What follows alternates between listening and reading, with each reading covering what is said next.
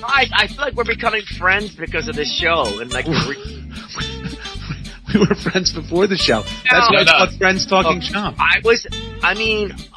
This is a different level, right? Yes, it is. Weird time now. It's like, honestly, it's like each time we have a Zoom, each time we do one of these Skypes or whatever, we're on a little like virtual trip together. You know, they say the best way to get to know someone is to travel with them. Okay. Mm-hmm. Because of all like the different like volatilities and things you can't really predict and how you deal with it. That's very much been like this. It's like I've been stuck on a cruise ship from hell with you guys every other week. Is that what that was your analogy? And there's no way off. There's no way off. What am I going to do? Seriously, what are my options? What do you mean, what are your options? It's like that last relationship I had. I said I didn't have the balls to break up with her. It's like I just kept on acting worse and worse, and she still wouldn't break up with me. That's what's happened here. Is that what you're doing to us?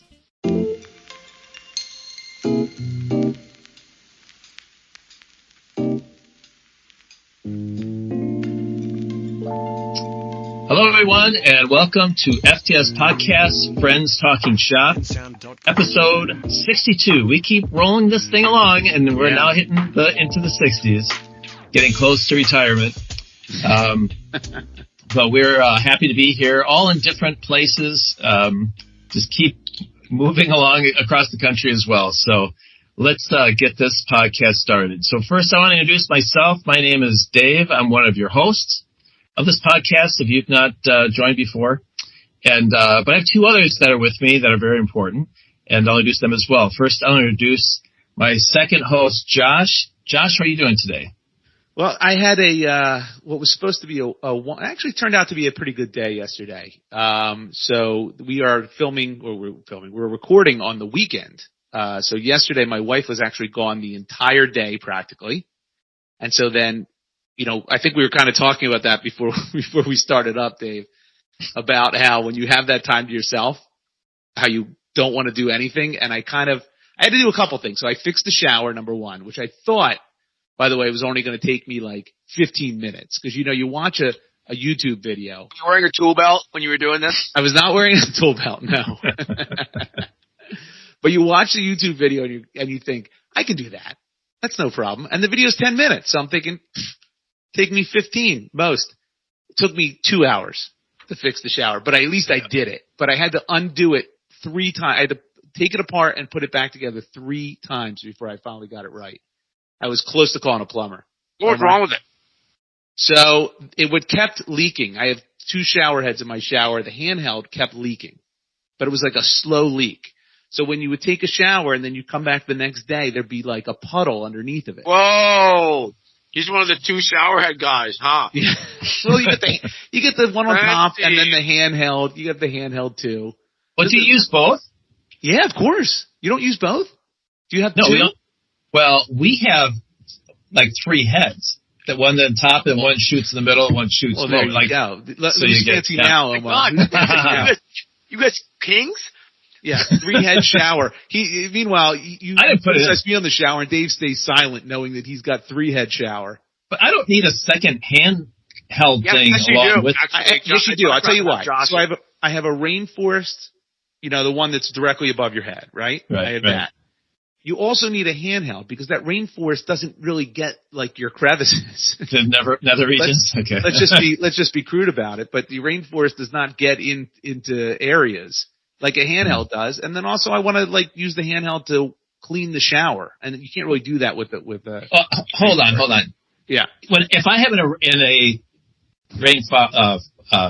in a straight down shower, I don't stand perfectly still. I kind of move around so that you still can't get the. Listen, let's just go to brass tacks. You can't get the water in your ass that way. No. It dribbles in. It's no good. You need a spray. No. It's for my face. Otherwise, you like look up. You don't want to look up. You can't put your head back. I'd rather have the. I don't want to. Well, I use it for my face too. I do it for my face also.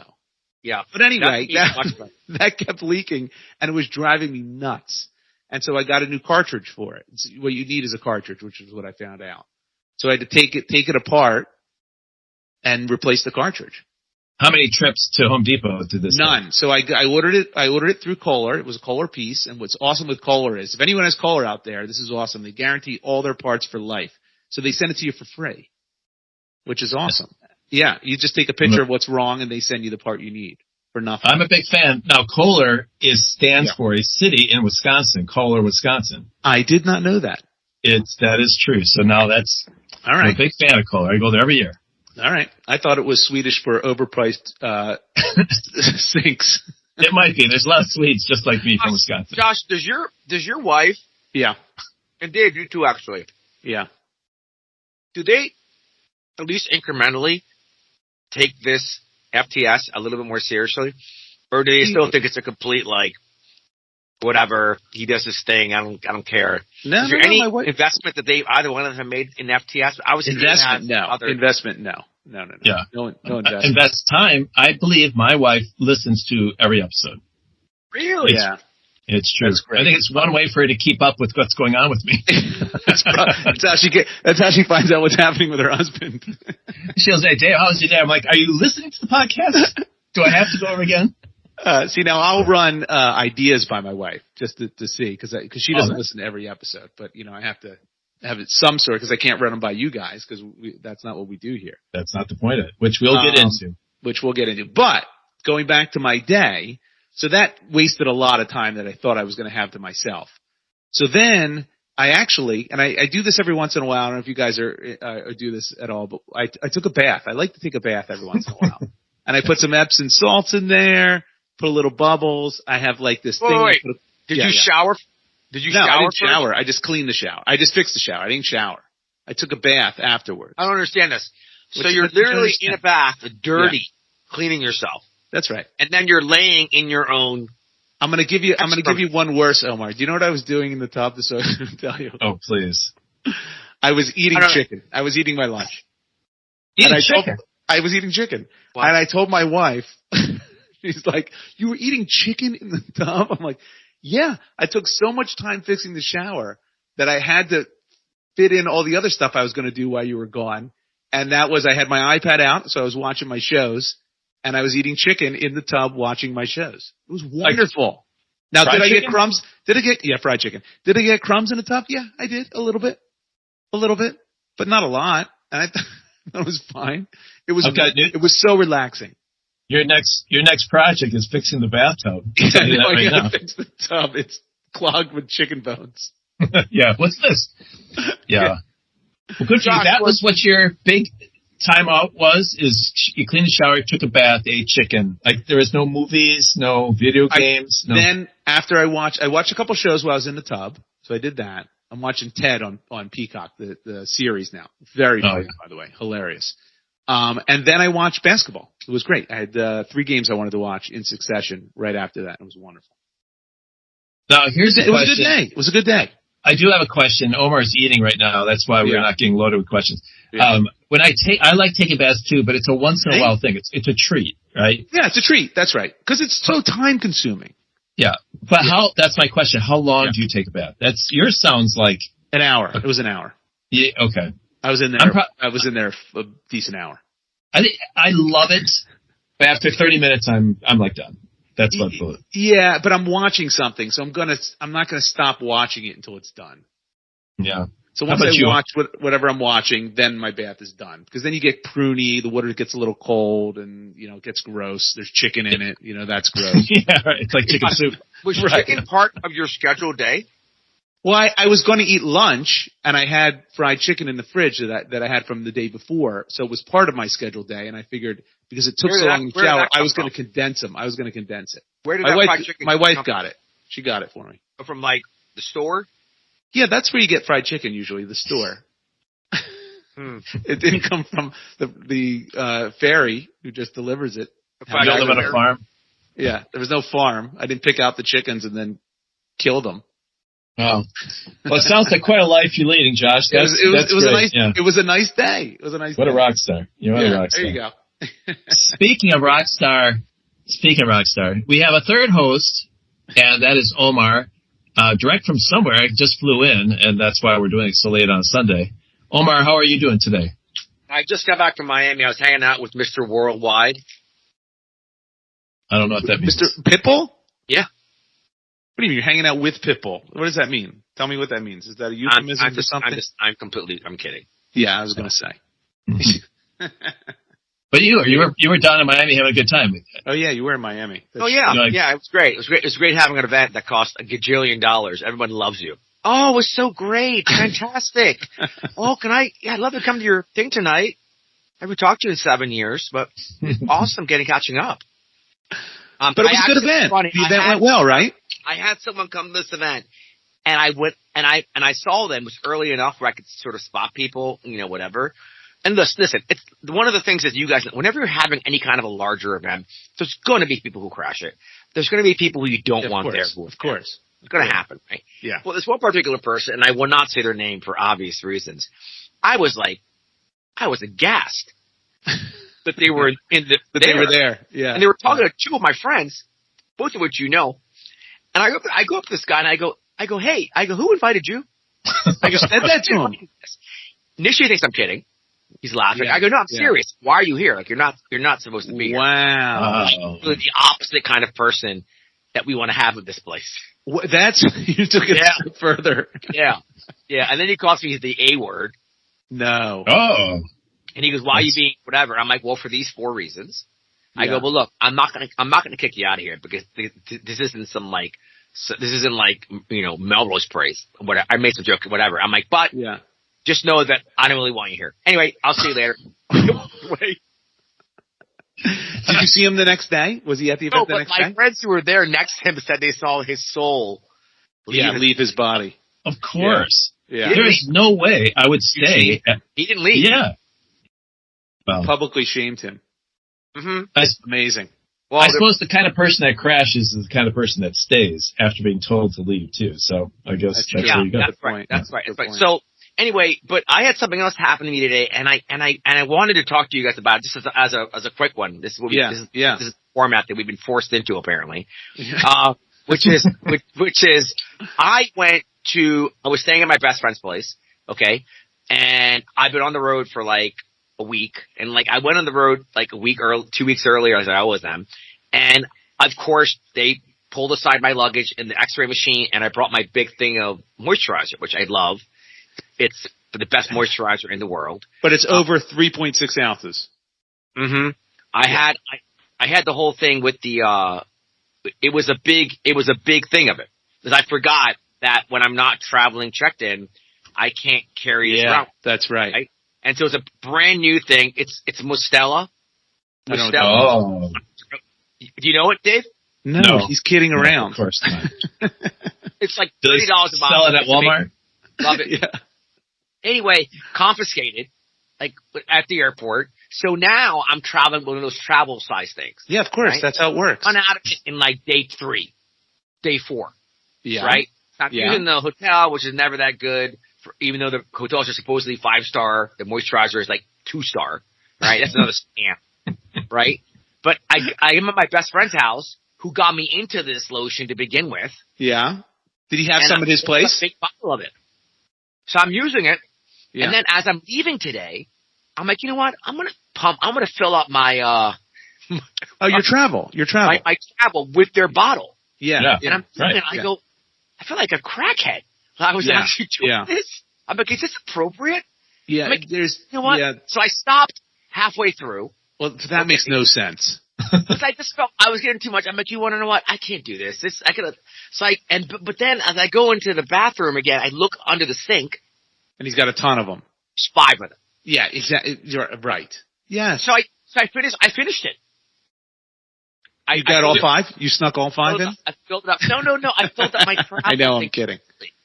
Of course. So now let me ask you this. Yeah. I talked to them about this afterwards. Yeah. What do you think? Number one, do you think it's appropriate to do that? Okay. And number 2, how do you think okay, so there's a couple of things here. Number 1, it's your good friend. That's number 1. Yeah. Number 2, he's very independently wealthy. Clearly, he has moisturizer. He's doing okay. Well, usually the tip-off, if someone is independently wealthy, is not the amount of moisturizer they have. But in this case, I'll grant an exception. Is this real expensive stuff? I guess it is, right? That's what $3 a bottle. How much a bottle? 30? Uh-huh. $30 a bottle for moisturizer. I can't see that, what you're holding up. That is still can't see it. It's an iPhone. Oh, well, it's not like it's a lot for lotion, but $30 in and of itself is not a big stretch for either. For lotion. Yeah, but it's not like it's breaking the bank of Omar's friend. No, that's true. That's right. Vaseline or... And I think he would understand. You needed it for the travel reasons. Now look, you were traveling back home. Yep, exactly. When you did this, so you really didn't need it for back home. Mm-hmm. And you have a bottle at home that you could have filled it up yourself. So you see the push pull here. But he did tell him, which I think is right. I think you tell him, right? But he told him after. Well, if you're you weigh it out, and it's an apology if he gets mad. Let me refresh your memories, by the way, because we had an episode a little while back, and I know this because I'm logging our episodes right now, and if everyone knows and follows us on Instagram, you can see the clips that we're putting up there that I think are pretty cool, and we're going to continue to do that, by the way. But one of the things I logged was a story you told, Omar, a long time ago when you were in London, how you took you were staying at your friend's house and you took their bottle of wine and you drank it. And then you were trying to figure out how to tell them this after the fact. Okay, so it's very analogous here that you're doing things first and then asking questions later. If you're going to bring it up anyway to him, you might as well ask him, hey, can I fill my travel thing with your whatever the hell ridiculous lotion, your gold lotion? Yeah, whatever. Yeah. See what I'm saying? You're going to tell him anyway. I know why this is. Is Omar is a generous person himself. If you need lotion, he would give you his 5 bottles, and he'll just get them more later. Like he did. True. So I think he assumes then other people will do that for him, and he takes before he thinks, because it's so natural for him on the other side. So he's not being. If I ever had your addresses, maybe I even do. You do. You have our addresses. I send DoorDash and Uber Eats to my friends randomly all the time. Randomly? I've never gotten an Uber Eats from you randomly. Yeah. Well, not you guys, but other people I have. Well, yeah, it helps. It helps. It's fair enough. If you have kids, I do. If you have like toddlers, I like sending pizza and ice cream and milkshakes and. Yeah, chicken. That's very strange. Do they know it's coming from you, or they just just shows up at the door? No, they do, because if it's random, they know it's from Uncle Omi. Oh, okay. All right. Yeah, got it. Yeah, I think we've all seen you be very, very generous. So I think but Omar, you can't always assume that it's reciprocated. You have to be a little careful. Right. Although I think in this case, the friend who you've gone yacht shopping with, I think you probably can take I think it's all right. With. Yeah. I think it's all right to take $4.50 worth of moisturizer. Yeah, I think that's okay. And by the way, let me also point this out, Omar. You have yet to learn your lesson, because we told you the exact same advice back in the London wine debacle, and you've repeated it. Yeah, you repeated your mistake here. So there you go. But don't you guys kind of just go with the flow sometimes with these things? Like, aren't you? Let me ask you this: are there certain other homes, okay, besides your own, where you feel that kind of comfort, just to kind of like, it's kind of like your stuff? Yeah. My parents' house. That's it. Yes, that's right. Very few outside of my parents' house. Correct. That's right. You're unique that way. You are unique that way. Yeah. Good for you. It makes you you. Thing when at least one half of the parties feel this way. But that's good. You got good friends. That's exactly right. Josh and I have surface friends. Yeah, everything's very very hands off with my friends. How are you doing, Dave? I'm doing good. I am in Phoenix, Arizona right now. I just flew in from San Francisco, and I was really interested to see it because it's the first time I've been to San Francisco, Oakland area since the pandemic, and I wanted to see, is it really crime-ridden, as bad as everyone. Kind of a homeless situation. Broken glass, hypodermic needles. What'd you find? Oakland is everything you would expect. In fact, someone I met with there said that their headquarters was in Oakland. They were told to bring a lunch to work because they are not allowed to go out of the office during the day. Because they are potentially going to get mugged or carjacked at any time of the day. But I found San Francisco to be lovely. I stayed pretty close to my hotel. I did want to make a shout out to a fan of ours, Alyssa, who I had lunch with in San Francisco. Whoa, very good, very good. Wait, hold on a second here. All right. Wait, I'm sorry. Josh, did you catch that? I did. I caught it. Yeah. What'd I do? I'm not sure what you have beef with, but yes, I caught it. You don't make a shout out. Oh, okay? I didn't hear that part. You're not making a custard pie, or like you're not. You give a shout out. You don't make a shout out. I mean, really? That's the wrong word. I didn't hear that. That I didn't catch. Half of our demographic just literally hung up the pot, or whatever that's called. You're gonna make a shout out. Please never ever make a shout out ever again. Because you have the opposite intended effects. Josh, any thoughts on this? Did you catch that, Josh? Yeah, I didn't catch it, but that's you are correct. That makes a big difference. Give a shout out, make a shout out. That's a hit. Make a shout out. You give a shout out. You give a shout out. Yeah. Fine. I'm giving a shout out to Alyssa. That's all ruined. I'm sure she's now never going to listen again. Yeah, but you're making a shout out too. You're also making her bed. What else? What else do you do? What other things you make? Listen, if that's going to be a problem, you get used to it because Mike locally listens from Wisconsin. What are other things that you make besides the bed, Josh? Mistakes. You make peace. You make mistakes. You make mistakes. You make lunch. I make revenge. Hold on. You make a what? You make a bed. You make a shout out. Apparently. Yes. Yeah. That's right. You make your cake. Yeah. But I did. But I have. You know what else you can make is a baby.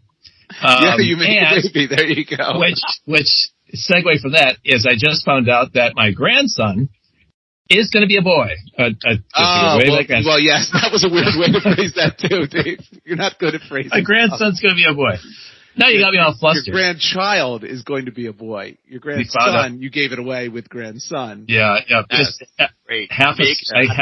What's the guy? That guy's name from. Congratulations. That's awesome. What's it from Taxi? Latka? Yeah, yes. Not Latka, but yes. Like this, like Dave? Andy Kaufman's character. I would shout out to you. That's not even close to his, but that's fine. We all get the idea. All right. Well, that's good news. I had. That's how Indian people talk too, right? Like I even make you very much. According to you. It's very true. It's 100% true. Yeah. Well, I'm very multicultural. So yes. Anyway, so I'm doing pretty good. I'm supposed to be in warm weather, but one of the experiences I've had in coming out to San Francisco and Arizona is getting on an airplane.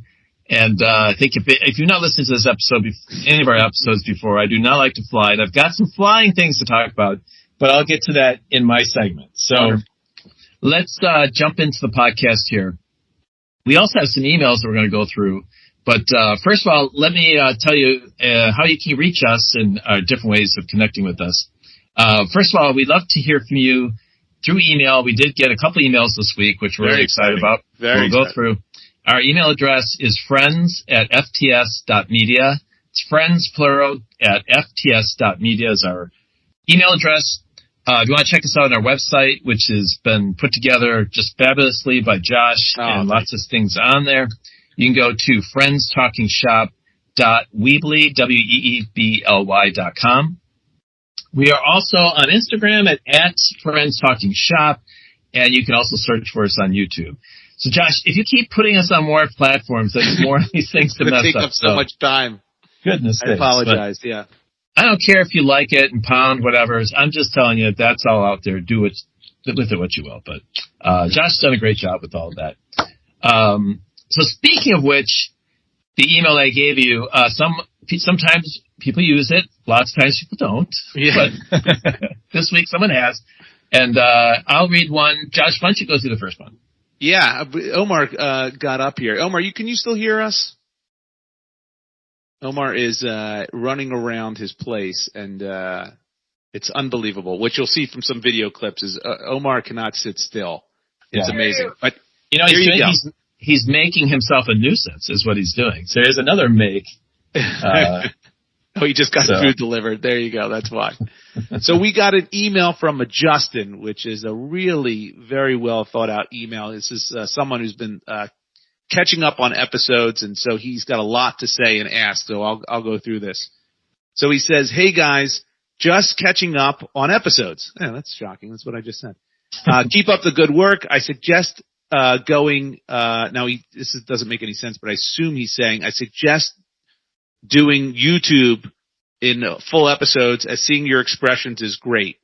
So that's nice. So on YouTube, we do have that on YouTube, but it's clips. It's old clips. It's video clips. So our full episodes are not videos, but maybe we can take that into account. So I appreciate that suggestion. He says, I have a few comments on the last few episodes. So he starts off. Do you think we should start wearing makeup if we're going to start putting more stuff on YouTube? Well, yeah, I thought about that too. Yeah, that's possible. But I'm very comfortable. Which, by the way, I was going through the airport today, and I went go through Clear. Recognized you? Someone recognized you from the podcast? No, I like that story better. It's not true. Yeah. But all of a sudden they go through Clear, which is stupid because there's like two people in Clear and one person in TSA Freight. Someone saw him at the airport, and they made his shot out. All right, you're not gonna live that down, Dave. He's gonna remind you. Fine. I don't even think that's a big deal. I'm gonna ask around. It sounds a little old. It does sound a little old. You dated yourself with that one. It is not.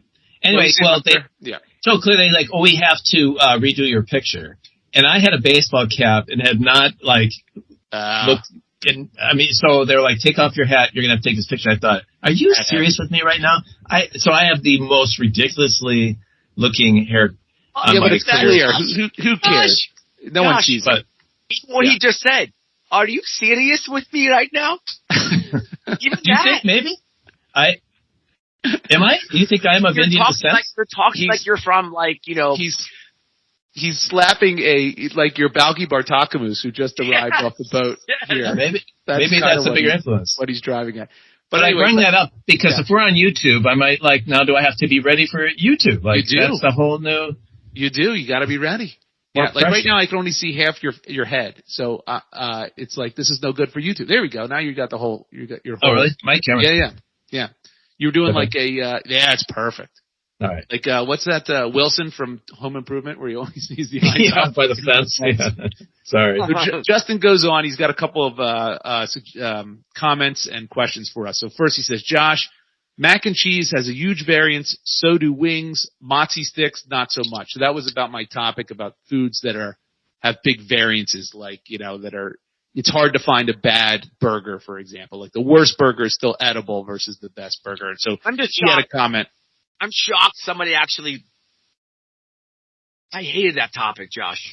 Yeah, but people care about this stuff. It's a decent topic. Hey, did you have a view on that topic? Oh, Josh is a man of the people, so I'm a man of the people. You're eating at Nobu every night. I mean, it's very hard to relate to what we're talking about here with mac and cheese when you're when you're getting DoorDash and Goldbelly from Nobu. Anyway, so I'm going to disagree with him on mac and cheese. I think he had an argument with me there, but mozzarella sticks, I also disagree with him. I think that was one I said that has a high variance. There's some pretty shitty mozzarella sticks out there. Yeah. The cheese doesn't melt in the middle, and it's garbage. The breading's no good. But anyway, so we appreciate those comments. That's exactly why we have these topics, by the way, for all you listeners to come back and tell us we're wrong. Pushback. Pushback, exactly. Omar, he's got a nice paragraph for you. So he says, Omar, how many best friends does Omar have? Every time he mentions a friend, they are a dear friend or a best friend.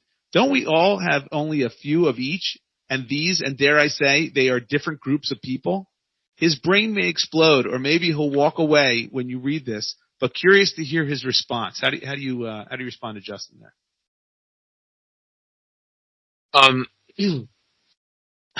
I think that's something that I've had a few of my friends mention that to me, especially one. Oh, interesting. So Justin's not hitting new territory.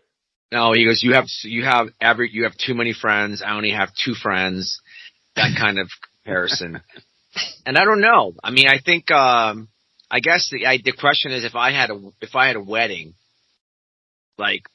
today, how many people groomsmen would I want to have there? That's a great way to phrase it. Yeah. Yeah. How many groomsmen would you have?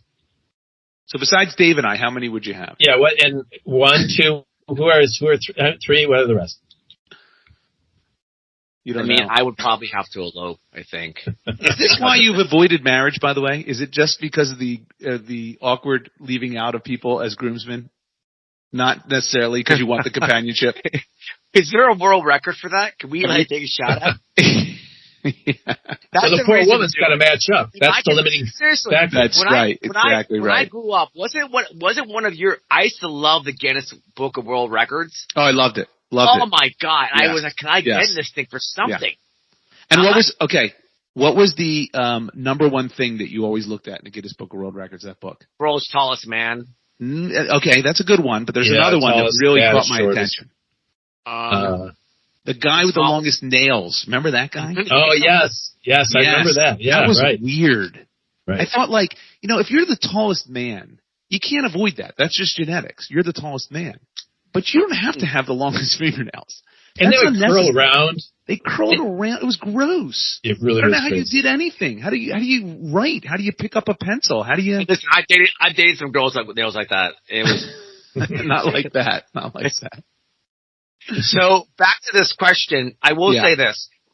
One of my favorite quotes, and probably one of my most often mentioned quotes on first dates, is You're doing quotes on dates? Oh yeah. I'd like 3 or 4 go-to quotes. All right, go ahead. And one of them is this: there's nothing more important for humans than connection. That's why I treat every stranger like an old friend. So along those lines, I am somewhat intentional. Look, there are plenty of people who don't like me as well. That became self-evident. No. I don't believe that. It's plenty. I don't believe that. But the guy you kicked out of your party. As cynical as I am about society, I think, when you meet people and you get to know them, invariably there is a light, even in the darkness. That is so profound. No, but I feel like an ass right now. But the biggest reason why, Justin, I have so many friends. I'm dear friends. Now. He's specifically saying dear friends, like best friends. Well, dear friends, I'm going to tell you why, right? Because I'm 52 and I'm single. Oh. Right? I have a lot of bandwidth. Good answer. Right? There's a great quote by a Russian author, Prokop. If you're afraid of loneliness, never get married. Wow. Because when you're married, you're so vested in your nuclear family. You have a lot less time for your sisters, brothers, friends, their kids, especially, blah, blah, blah. That's true, in a way. That is true. I have very little going on, right?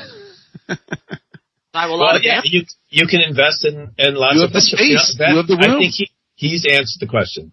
I can't believe it, but that's a great answer. I'm going to say that. It's a really good answer. Well, it's it is true. And it's not so much like the spouse. Like, I think you can still maintain a lot of friendships, but the children, the kids take a lot of capacity. They take a lot. They do. They really do. They really do. And it's a good 20-year chunk of your life that you are just not available, right?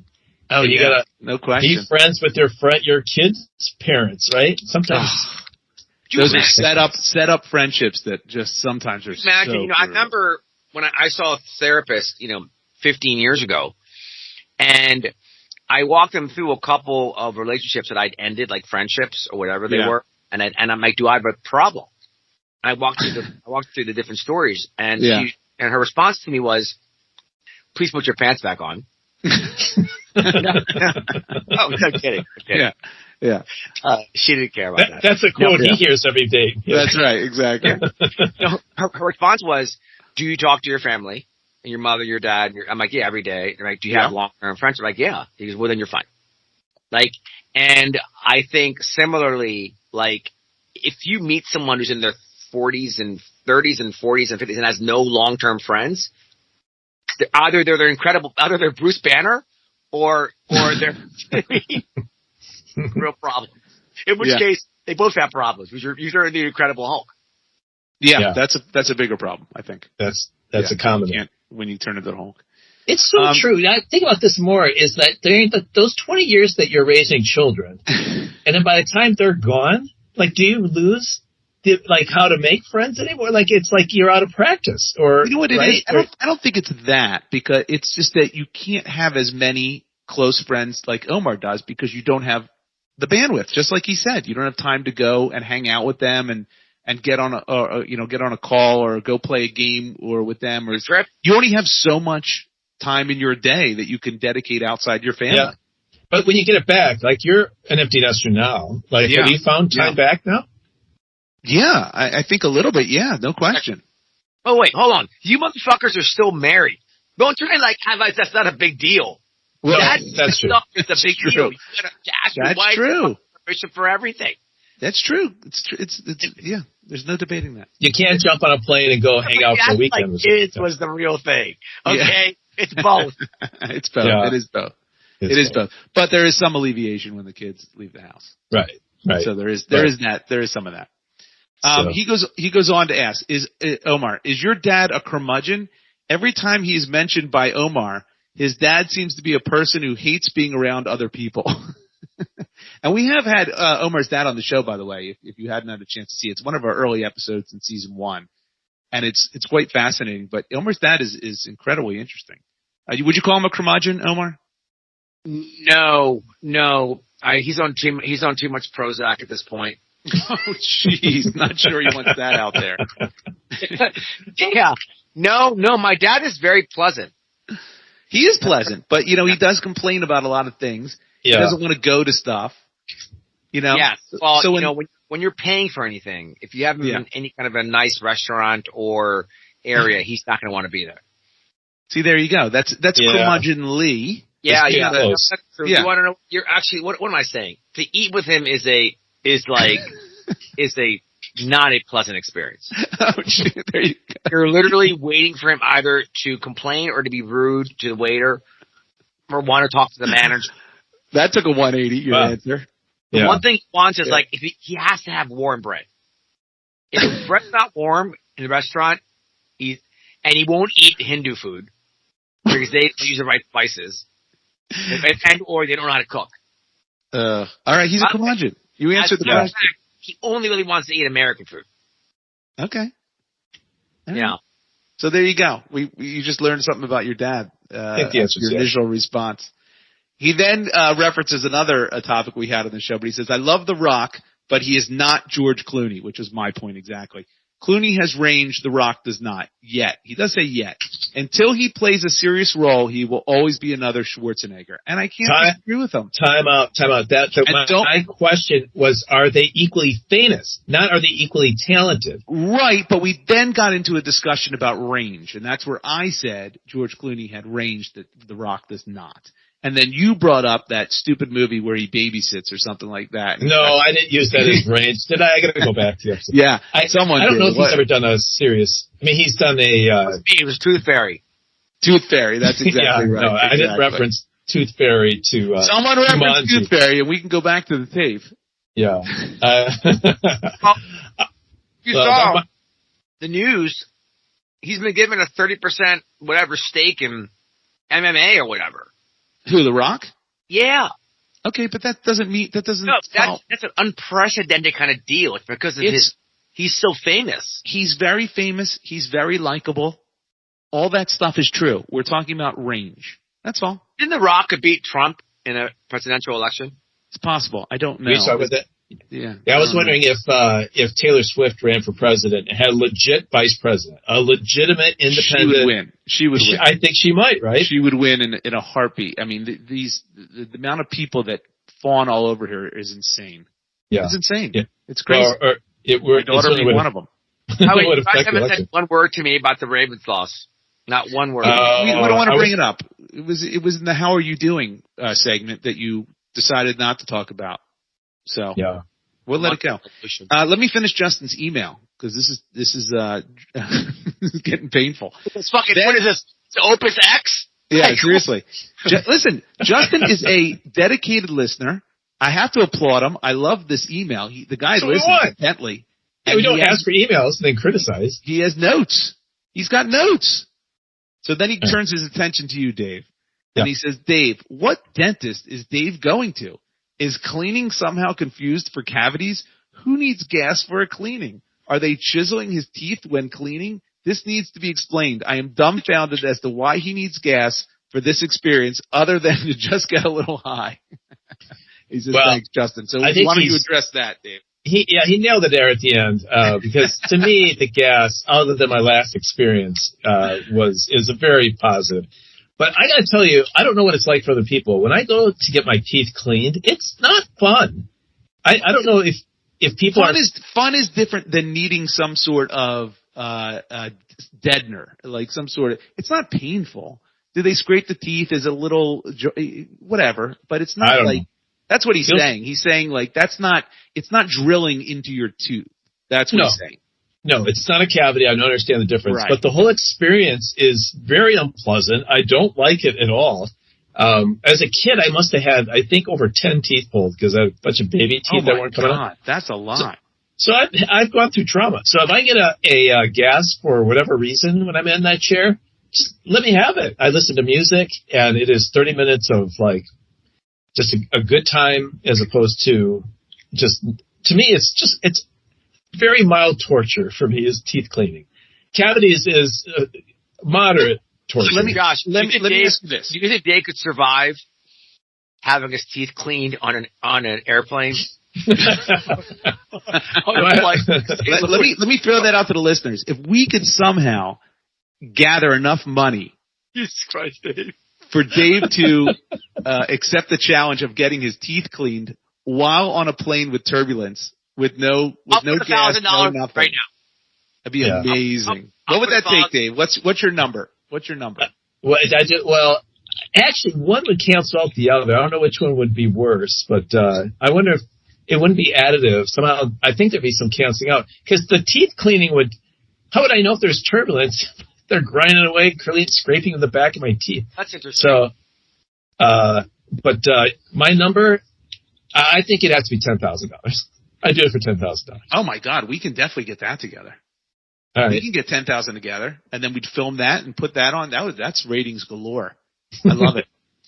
Let's do it. Yeah, but let me ask you this question, just to put this one to bed. I think this is what Justin's driving home. Do you need the gas to get through a teeth cleaning, or could you get through a teeth cleaning without? Yes, I could get through. Okay, it's a choice to make it more pleasant. Right. Done. Okay.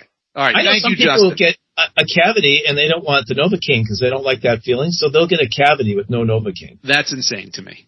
Well, so those people probably think you're a big sissy for having Novocaine. I don't think so. It's all degrees. To get drilled without Novocaine is that's a tough go.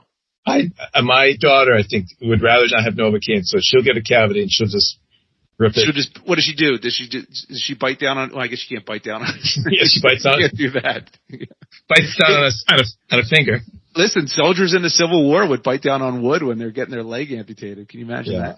I could do that. You need gas for cleaning. How does that make you feel? All right, fair enough. I would say no to Civil War. I'd shoot myself. All right.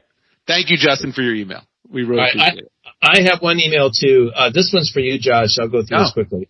Josh, you mentioned in passing that you are watching the new season of Married at First Sight. Correct. And we're saying that the guy just wasn't into her. Remember you talked about That's right.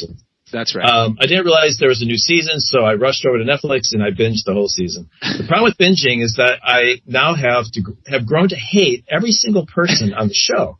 Yes. And have to know how it ends. So it's too painful to get through. I kept going back and forth on who we were talking about. I went from one couple to the next. Brennan. Which one? Brennan. Is she watching the latest one? I don't know if it's on Netflix, the latest one, the one that's on right now. Oh, maybe it's not the same. It might not. She might be watching a different season, but just whoever this is, there is a guy who is been paired up with this blonde girl who's never had a serious relationship before. That's a good way to know. And her name's Emily. So it's Brennan and Emily.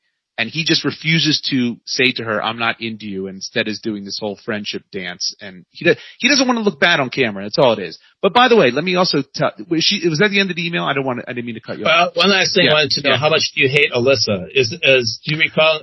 Okay, she's on a different season. There you go. Season. We just answered that one. Yes, right. I do hate Alyssa. She's awful.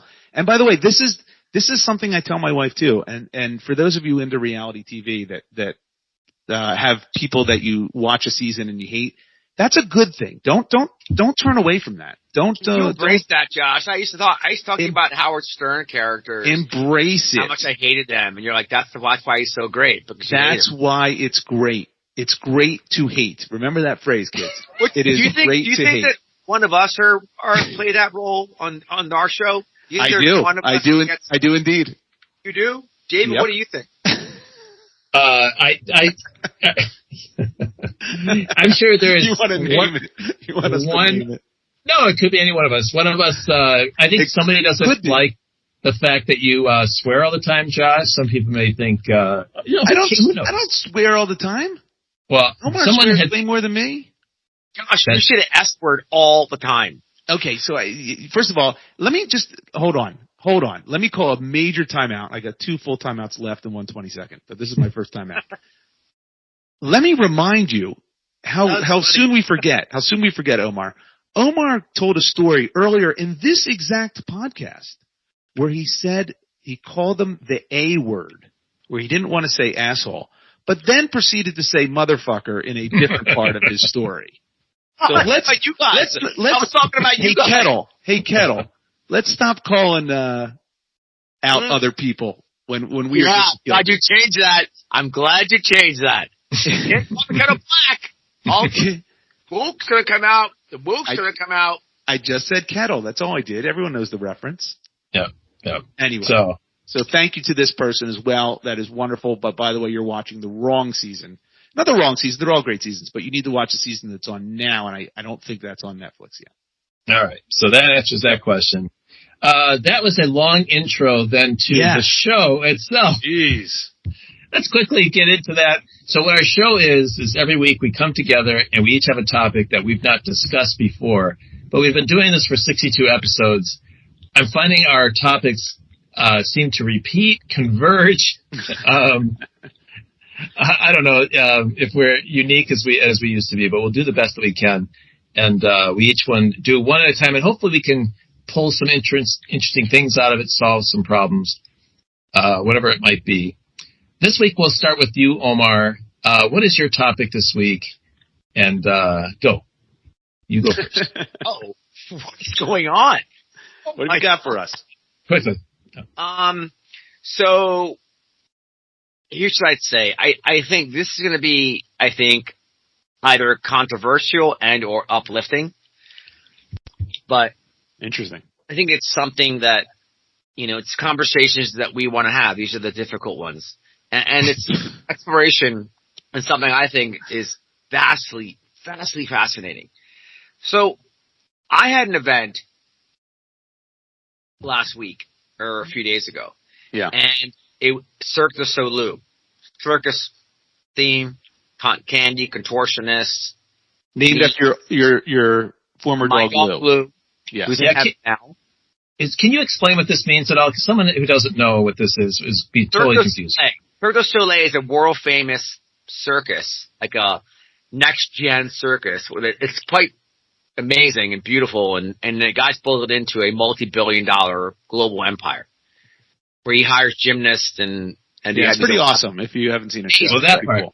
But you're hosting an event. It's a dinner at a conference. No, it's an industry event. It's Cirque du Soleil. Right. Soleil. That's the theme. That's the theme. Cirque du Soleil. Circus theme, but it's more of a traditional circus theme, if you will. Got it.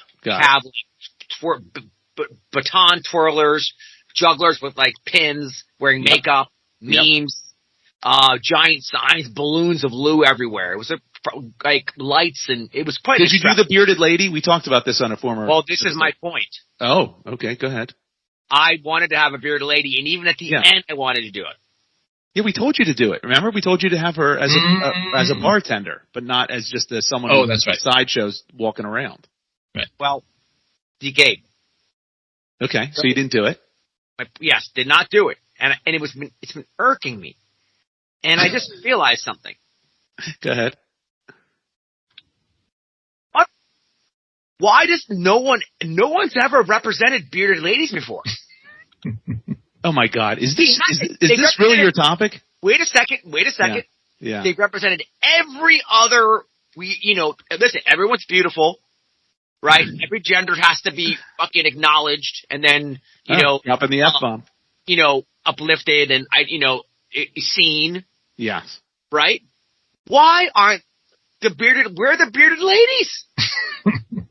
Wait a second. So I Googled this. Okay. Yeah. What percentage of women? What percentage of the planet is bearded ladies? The planet or Europe? The world. I'm kidding around. I apologize to everyone in Europe. Percentage of bearded ladies, 0.0001%. David? Yeah, that self-identify as a bearded lady. That's crazy. No. Well, yeah, I guess they are one. David, I mean, women with facial hair. I don't know. Bearded ladies. A beard. All right. Yeah. I think by definition, if they were once in a circus, which I do not support, it would mean it would be rare. Otherwise, why would you do that? So I would say 0.00001. Yeah. Oh, so way off. All right. Male pattern hair growth on women, called hirsutism, is not uncommon. Oh, okay. We know that. A study at USC estimated that the condition affects up to 8% of women. Okay. Stop. So this is wait, hold on. My point is, let's gather these women. Let's empower them. This could be a real movement. Okay, here's your flaw. Unconditional, wait, hold on. Here's your flaw. Wait. Not unconditional love, unconditional hair. Here's your flaw. That's the movement, David. It's a good name. Here's your flaw, my friend. Let me bring it up to you. The 8% do not grow their hair out. They have it waxed or they treat it. That's my point. Because they're being shamed. Dude. They should come out. Stop. They're not going. Number one, they don't want people to know that they have male, whatever the hell you said. Yeah, but you're missing the point, Josh. I think what Omar's saying is that's because they're being shamed. Exactly. They're not being shamed. Yes, they are. It's society. Society has. What's the point, Josh? But that is. But wait. We could take this a step further. Go, please. Wait. We could take this a step further, because what you're really saying is that women should not have to shave their legs, but society kind of dictates that they should. It's like whatever it is, and the same with their armpits. Like men don't shave their armpits or their legs, right? But women do. Or a lot of women do. So what you're saying is we should not chastise that. We should make it acceptable, and then women should grow their hair out. It's not just this 8%. It's every woman. Wait. I'm talking about bearded ladies. Well, that's who I care about. Sorry. So you want a subset of this group that actually wants to grow their facial hair out, but society either doesn't let them or they do anyway. But it's also society, man. Like, no more fat shaming, right? The same thing. That's, if you're comfortable in your weight, then you should just embrace it and not spend any time trying to be healthy. Same thing. Why can't we do it for bearded ladies? Well, bearded ladies no one's shaming them publicly. I mean, you might point. You might point when you're in a public area and go, "Does that woman have a beard?" You might do that. There is definitely. I mean, I hope no one's doing it verbally or anything, but there is definitely a strong encouragement. Like I say, not beard. So I have an instance of being in a group of people that I didn't know who this person was, but it was a woman who definitely had a mustache. Okay. And it was striking because, it was a mustache, right? Of course. And I remember seeing a picture and someone had a picture and I almost said, "Oh, hey, that's the girl with the mustache." And I didn't say it. And it turns out it was this guy's sister. And I'm so glad I didn't say it. That would have been, I still think to this day, that would have been like one of my most embarrassing moments if I just said, but it stands out. But, I bet you that was probably very difficult. But I think Omar's saying, I'm saying it well, is that, hey, she should feel, she didn't have to go get it waxed or just let it be. That's, I think, what Omar's trying to say. Well, I know what he's trying to say. What I'm saying, though, is that that's up to society. And by the way, it seems like people do all sorts of weird things these days with physical appearance. So I think but there's so many other movements that are happening right now. Maybe there is a movement for women with everything else with body hair. Maybe there's a body hair. Maybe there's a body hair women's movement. They have every other thing going on.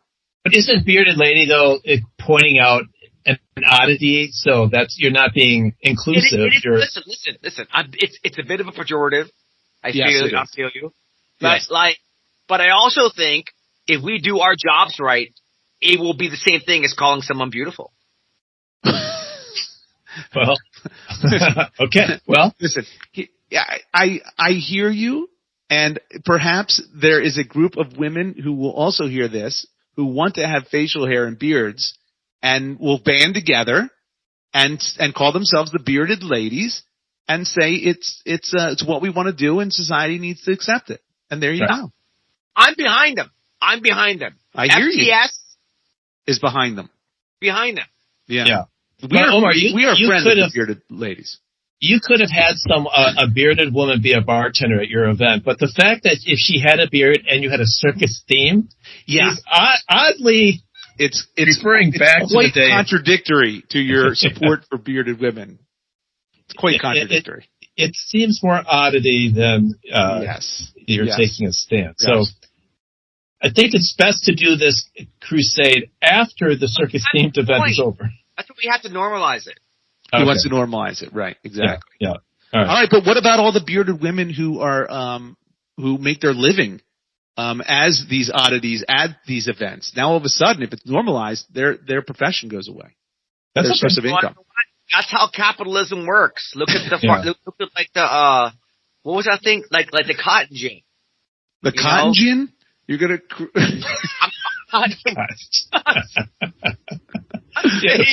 The printing press. Yeah. It was a new technology, right? Yes. And people figured out to do other things. And for those people that are currently employed because of being bearded ladies, they'll figure something else out. Yeah. All right. Okay. Fair enough. What a weird topic.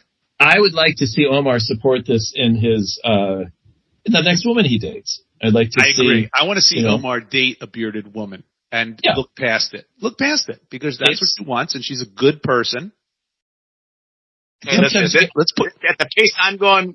I'm not dating anybody. I'm gonna be like in like 40 years. I'm gonna find my what was her name? Anna Nicole Smith. Yeah, that's right. He was like 9 in a wheelchair. Yeah, I remember that. Yeah. A bearded Anna Nicole Smith. That would be. There you go. That's the visibility I have. I swear to God. Unbelievable. But 1,000 best friends. That's the thing. That's right. That's the trade-off. That's right. The trade-off. Yeah. All right. Well, I'm ready to go on my topic. Ready to we'll have to have some compliance look at this podcast, make sure that we're. This is a tricky one. Good one, yeah. But so I want to go back to I had a few episodes flying. So again, for those that don't listen, and really anyone that knows me for about 5 seconds knows I have a fear of flying. I can't help it. It comes out, and I just got it. And it's come up on several of our previous episodes. Well, here's my latest in the journey. Let's hear it. One is a bad thing, but 2 are good. One is a potentially amazing thing, which goes back to one of our topics way back when. But first, I'm in St. Louis, and I'm looking at the weather out in California for this week. Yeah. And the first thing I see is there's some weather that's coming, to the coast of California. They have a name for this storm that's coming through. It's called an atmospheric river. Have you ever heard of such thing? I've never heard of that. I thought, good Lord, why of all the things that I have to fly into is an atmospheric river?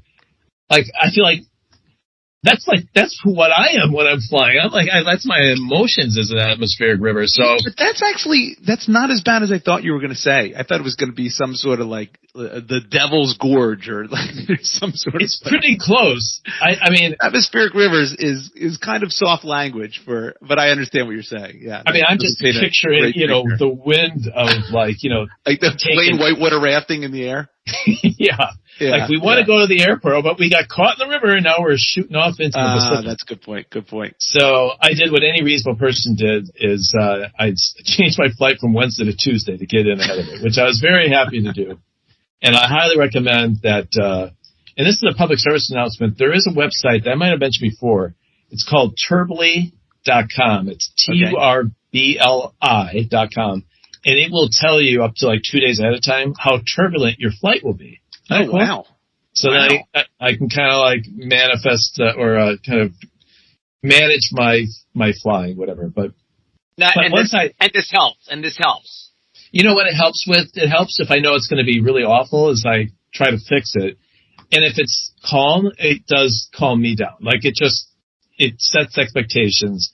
Is it one drink or is it 3 drinks? Yeah, right. What exactly is going to happen? The unexpected is always the worst than the expected. Yeah, that's right. A little bit, that's true.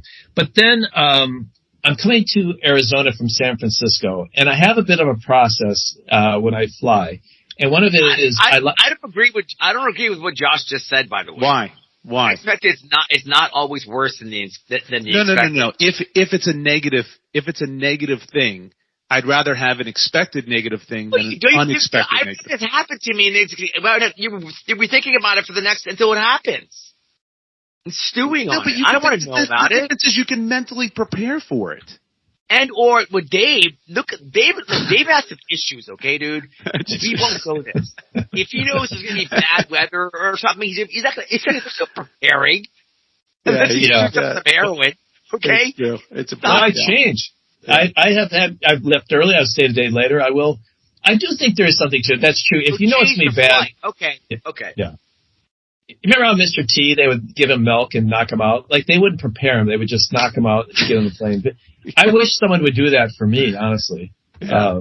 Mr. T had good friends on the A team. Anyway, so the other thing of my flying, which this kind of goes into the wokeism that I think, Omar, you're going to appreciate this. When I get to the airport, they'll allow you to bring little small bottles of alcohol. One of those, like, vaulted, encrypted episodes. What?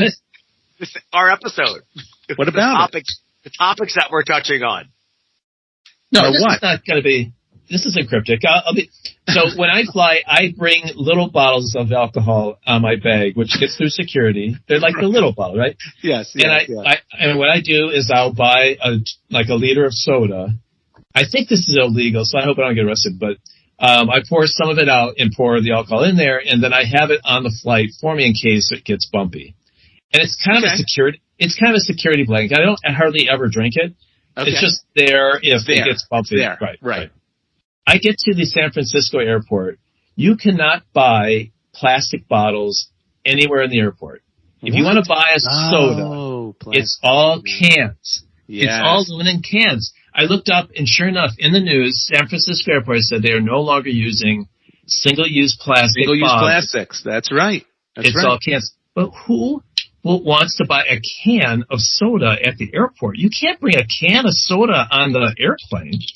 Well, you can. What are you talking about? You can't bring a can of soda. You can. The problem is when you open it. Set it on your little tray, and then it flips over, and that's the problem. You can't put it in your seat thing in front of you. It's a terrible device to have. Yeah. So what I had to do is I had to buy a big water bottle, which I then poured out. So I had this weird exchange where I bought this very large water bottle, went right from the register to the water fountain and poured it all out. And the guy next to me was like, "What are you doing?" You just poured out $8 worth of water. It's expensive. And I had to replace it. So that was one thing. First of all, that was my question to you. I mean, you're a big you're a climate transition guy, Josh, and you're anti-single-use plastics. Do you think that's a good idea to have only cans of soda at an airport? Hold on. Would I like to see single-use plastics go away? Yes. Do I use them? Yes. I use them. They're convenient. And they serve a purpose. So look, I'm more of a realist than anything else. So, and by the way, I'm not like what's that one actor's name who's living off the grid? I'm not doing any of that nonsense. Wait, Bon Jovi, living on a prayer? No, that's very different. But look, if they made plastics that were recyclable and that could be in compost, that would be awesome. That would solve both things, but we're not there yet. But you're saying, what are you asking me? If you're selling soda at an airport that only have aluminum cans. I don't like that either. I don't want that either. That's taking away my freedom. And I don't like that. It's not taking away your freedom. This is the other part. Taking away your freedom? What are you, Braveheart? Yeah, it's not taking away your freedom. I love this everyone's freedom. Freedom, by the way, is not absolute. That's the first thing.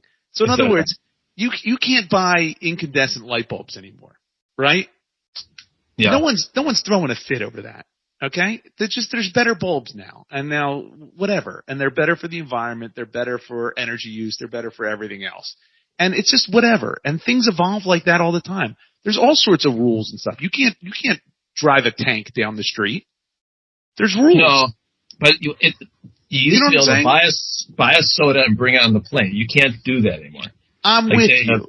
I get it. I'd rather have a bottle with a cap on it because you don't want to drink all of it, and I don't want to have my tray down either the whole time.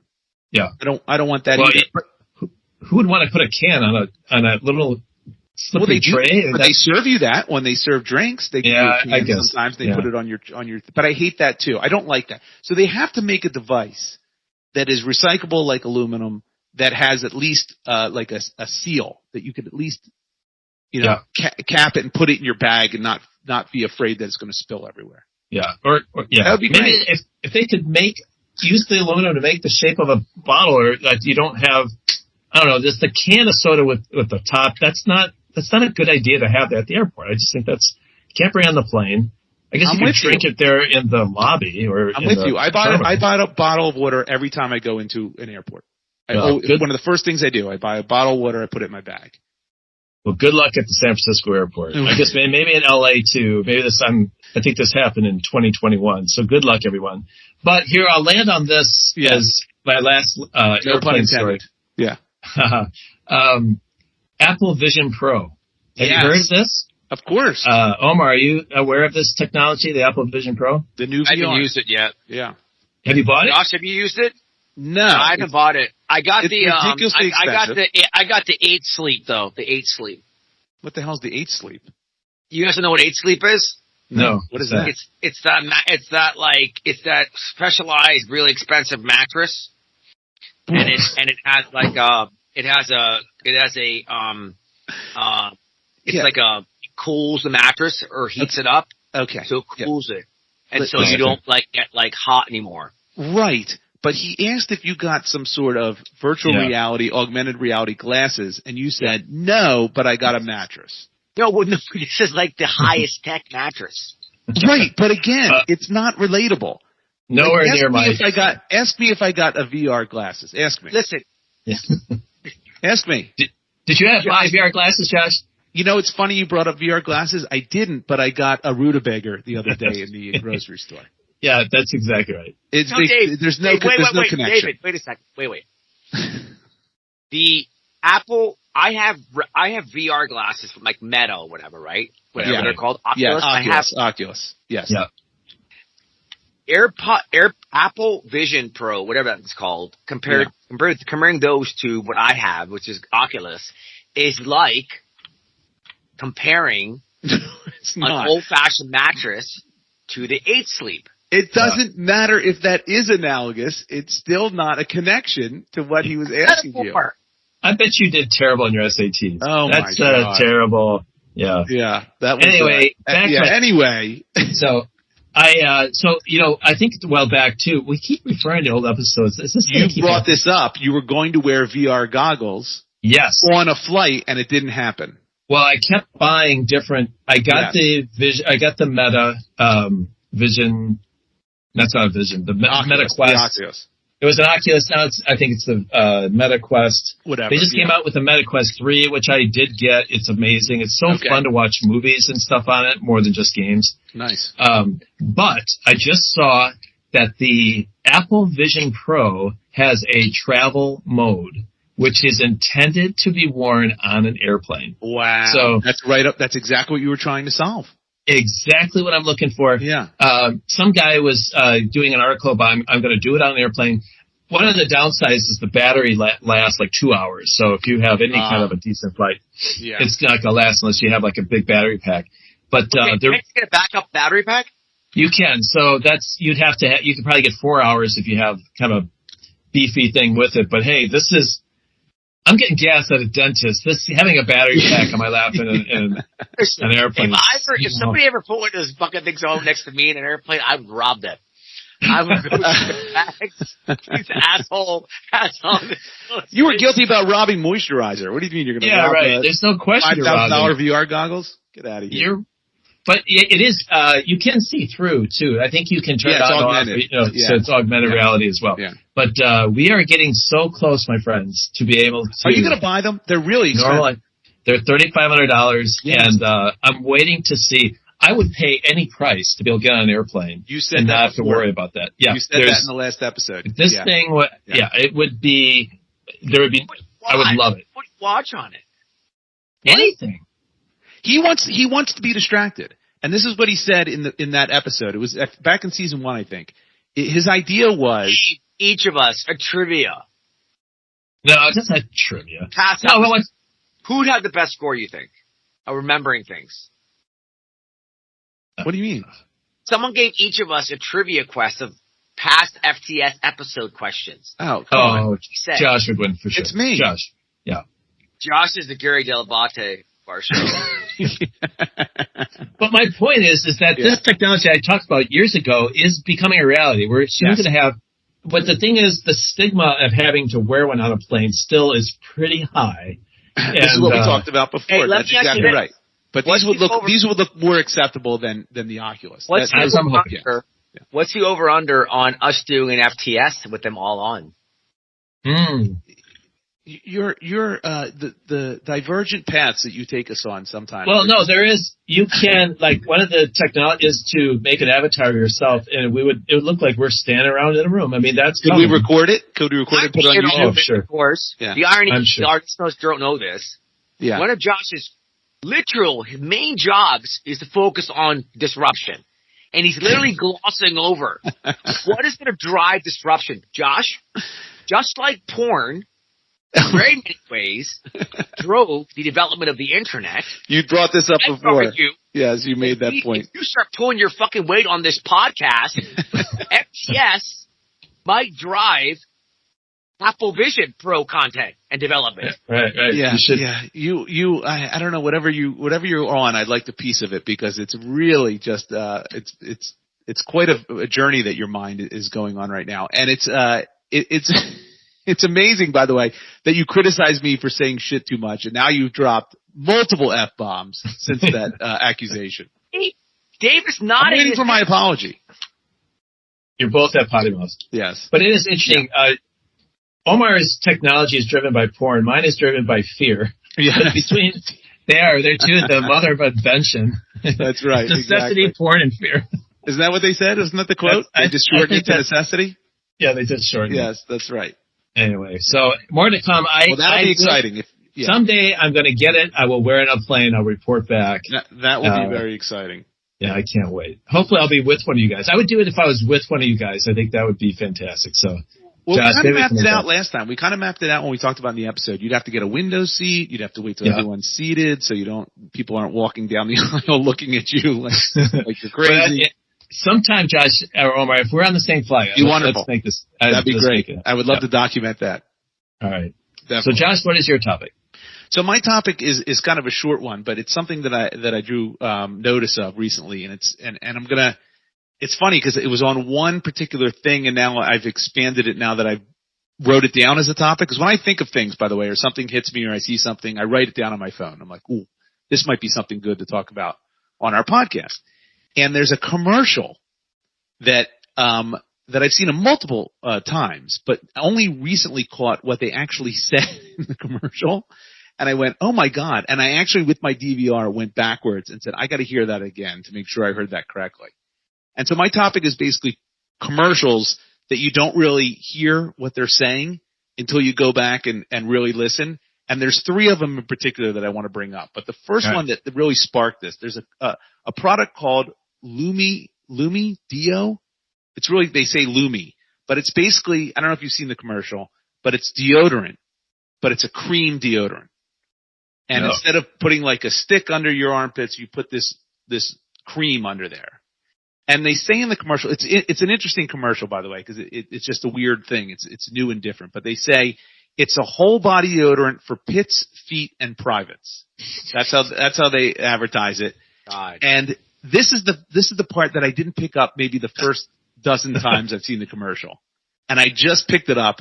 They say in the commercial, the average crotch 12 hours after a shower with soap has an odor score of 5 out of 10. Okay, let's break this down with this claim.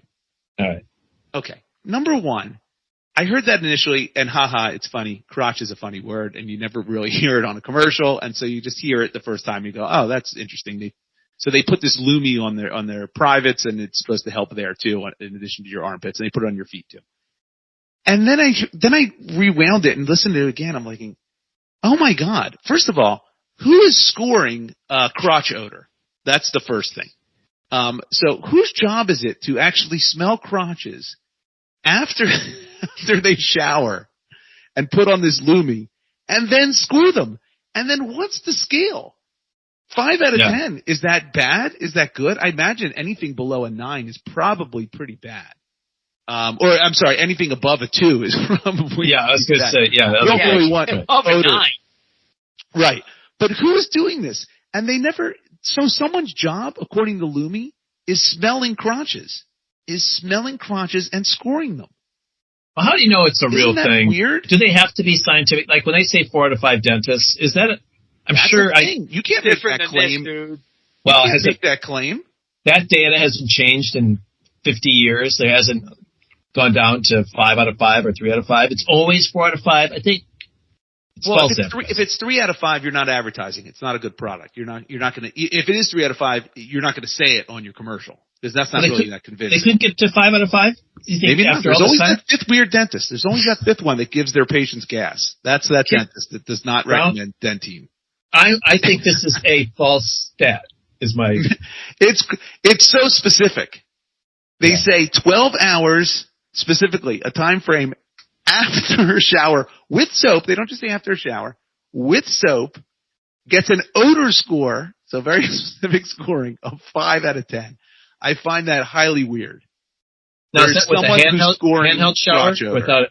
Without a handheld shower. It doesn't say that in the commercial. Do you think if you have, like, you guys know people who have body odor? Yes, of course. Right? Do you think they know they have body odor?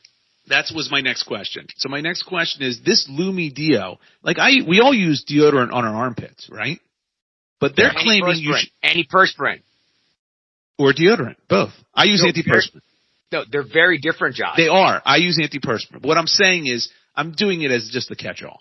Everyone uses some sort of deodorant / antiperspirant on their underarms, right? For the most part. Unless maybe bearded women don't. I'm not sure, the bearded women community. But they might be against it. Who knows? But if they don't want to, that's okay. That is okay with us. That's right. We are okay with that. But most people, or at least I don't know anyone, who uses deodorant on their undercarriage and their feet, which is what this Lumi Deo is for. So would you use that? Would you consider this product? This product is insane to me. This is an Omar question. I actually, if I have, like, every so often my feet are smelly. It's fairly rare.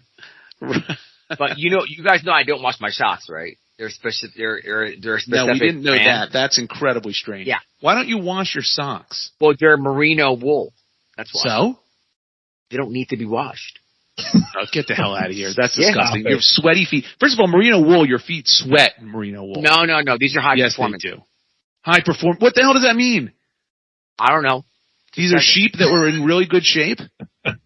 I'm telling you that I can wear these socks for months on end. Well, I'm sure you can. Stink. No one smells their own stink. Nobody smells their own stink. So my point is, the smell of the foot, like when you take off the socks, it's kind of a nice, comforting smell. Look, no one wants to smell feet when they come out of your shoes after a full day. Yeah. I don't care who you are. And you shouldn't be the judge of it. It's other people who should be telling you whether your feet smell or not. That's correct. I don't smell my own feet ever. I've never had anyone ever say that to me ever in my life. Of course they don't say it, but that's society. Society doesn't say that you turn to someone and go, your feet stink. By the way, Dave, you notice this is Josh's new thing. Every answer he has is about society. Because that's where the rules come from. Society. By the way, everyone's wondering, the S in FTS stands for society. Society. That's exactly right. Friends talking society. Anyway, so I would like to write the Lumi people and ask them, who's sniffing crotches? Whose job is that?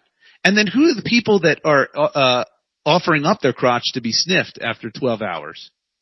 It's just a bizarre thing. It's very weird, anyone who hears that commercial. So if you hear that Lumi Dio commercial. The story of that product is.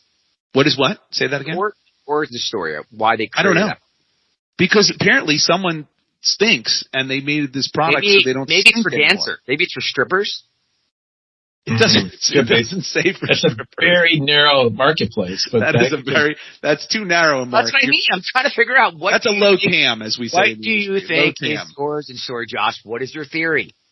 My theory, it is a deodorant alternative that these people have made that they think have revolutionized and will disrupt the deodorant industry. I don't think so.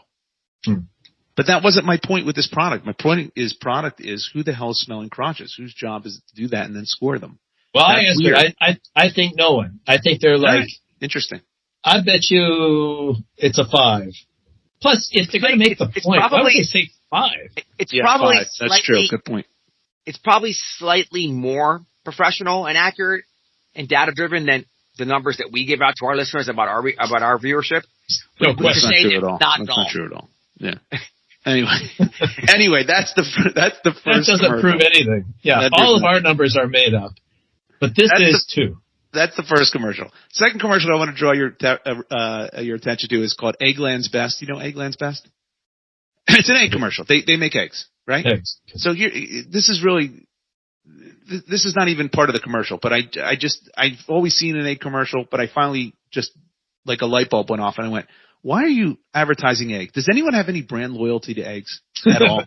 I have no brand loyalty to eggs. I buy whatever eggs are in front of me at the store. Whatever's in front of me at the store, fine. I don't know. There you go. Sometimes I'll get like free range eggs. Brand. I said brand, not type of egg. Brand. Like I like the jumbo eggs or the extra large. I don't like those small, medium eggs. I don't want that. But eggs don't taste any differently to me, right? Yeah, I can't imagine I'm eating an Eggland egg and then I eat ABC egg after that and they're different, made by the same dude. Truffled eggs. But again, that's not what we're talking about. That's a dish. I'm talking about the egg. Never mind. Okay, so that's the second commercial. I don't want to go down this Omar vortex. Here's the third commercial, which you might have seen. It's for Blue Buffalo dog food. You know what that is? Yeah, no. Jockey Boy has that sometimes. There you go. Okay. So watch the commercial, because I had to rewatch the commercial 3 times to pick up what they say in this commercial. I'll briefly describe it. There's 2 women in the store. One's got Purina One in her hand. The other one's got Blue Buffalo. And the one says, blah, blah, blah. Why do you use whatever? And they get into a conversation. They say, well, I use Blue Buffalo because of the ingredients. Like, what's in the Purina One? And then she lists the ingredients. She goes, well, what's the ingredients in Blue Buffalo? And she lists the ingredients. She says, those ingredients must cost a lot more. The Purina One woman says that to the Blue Buffalo woman. To which she says, no, it only costs 50 cents more per day. And when you first hear the commercial, you just hear 50 cents. You go, oh, yeah, that's not a lot more. But then when you rewind it and go, oh, 50 cents more per day, that's a hell of a lot more the Blue Buffalo costs. That's $15 more a month. Yeah. I mean, it's dog food. That's a high percentage more. So if your dog food costs $15, this one's $30. It's double. Yeah. And why didn't she break it down by hour? Really, let's get this thing really exactly. That's exactly what I was about to go with. It's so funny. You read my mind. Like, no, it doesn't cost more. It's only 0.01 cents a second more. Oh, that sounds like nothing. Well, add that, baby. Add that up. Do the math. It's just it's so clever the way they do that. Like, it's only 50 cents more per day. And what's funny is I looked it up online because I'm like, oh, I want to see that Blue Buffalo commercial again to make sure I get the wording right. And so I went on YouTube. and I found the one from last year, and last year the commercial was 25 cents more a day. And now the new commercial is 50 cents more. So there. Hey, did you actually see like what a bag of one is versus another? Like, is it? Wait, hold on, Josh. I didn't. What's your point here? Is your point saying that they could have chosen a more effective way to brand themselves? It is effective. I'm just saying what I'm saying is no one really pays close attention to commercials. They're on in between your shows. Yeah. Right? And you just kind of gloss over them. And so what I'm saying is watch a commercial and I don't even know how. Right, and I typically don't watch commercials either, but these are commercials I saw during sporting events, which I do watch commercials, or they happen to be on. Okay, fair. See what I'm saying? Yeah. And so it finally just hit me. The Lume thing hit me. I'm like, oh my God, who's sniffing crotches? Because that's what they're implying. Somebody is paid to sniff crotches. That's what they're implying. And then I started to listen. You know what, David? You know what this is? The Eagles fans. This is exactly why Josh gets it. This is shame. It all makes sense. Yes, sir.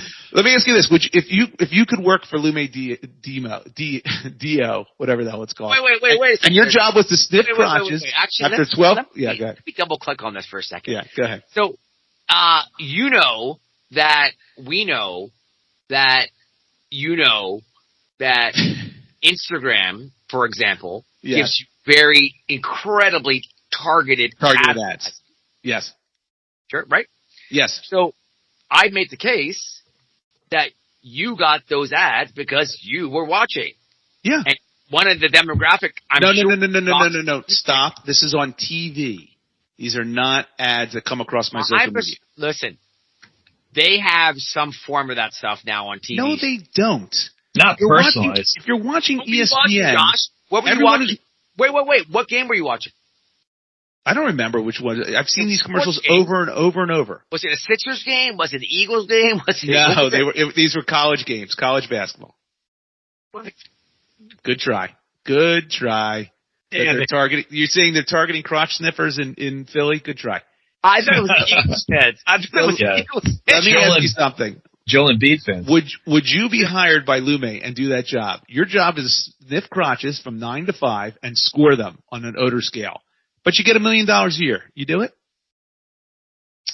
No.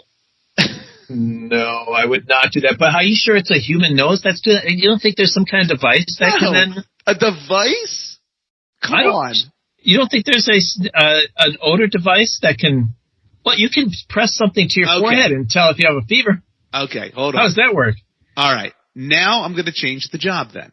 You are the person that has the odor wand, the device wand, and you have to put it under people's crotches for 9 to 5 and then write down and log the scores. Can I listen to podcasts while I do it? No, you got to talk to the people to make sure that they're standing correctly and their junk isn't in the way. That's your job. Your job is you work for Lume. You got your AI odor score thing, so you can change you don't have to sniff it with personally. You got your wand. You're putting it under crotches, $1 million a year. Yeah. How much, what are my benefits? How much vacation? Full dental. Full dental. Yeah. With gas? 3 week with gas, 3 week vacation, 3 weeks paid vacation. My insurance makes me pay for the gas, by the way. And you get vision. You get vision. Yeah, I think no. I need more than $1 million. See, now there's someone at Lume who's making far less than $1 million than is doing this. Well, who knows? They went to college and have the skills. Maybe that's. I don't know. And my favorite commercial, the Jardians commercial. You know that Jardians commercial? They changed the woman in the commercial and they redid it, but they kept the song. So I still love the song, but it's a new woman in there, and I'm a little upset by it. Anyway, that's my topic. We went real long on this episode. My God. Yeah. It's well, we have the emails, and we had a lot of interrupting. A lot to pack in. I mean, if this is like an hour-and-a-half podcast, it's almost like Omar sat through almost, 45 minutes of it, I would say. Yeah, that's about right. That's pretty good. That's a new record for him on an absolute basis. Yeah. Well, I think we'll wrap that one up. That's episode 62. We look forward to finding out. This was the too big for our britches episode. Yeah, it's all about I like that title. That's what we have. Yeah. Hey, on behalf of the FTS crew, I want to thank you so much for listening to our show. On behalf of all bearded ladies. And especially you. You know who you are. Deacon Whiskey. Oh, do you want to punch in the Deacon Whiskey ad? Yeah, big thank you to Deacon Whiskey. Smoky, sweet, and peat. Deacon Whiskey. All right. Tell them on social media, we're really, jiving with our partnership with them. Yeah, that's the worst advertisement ever. Let's say goodbye to Deacon Whiskey as the sponsor.